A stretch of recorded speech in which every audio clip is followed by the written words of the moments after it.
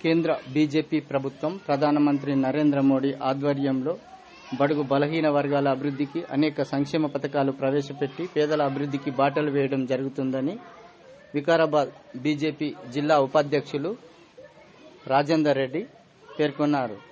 వికారాబాద్ పట్టణంలోని కొత్తగడిలో బీజేపీ నాయకులు, పట్టణ అధ్యక్షుడు నరోత్తం రెడ్డి, బీజేపీ సీనియర్ నాయకులు కేపీ రాజు, పోకల సతీష్ ఆధ్వర్యంలో ఇంటింటి ప్రచారం నిర్వహించారు.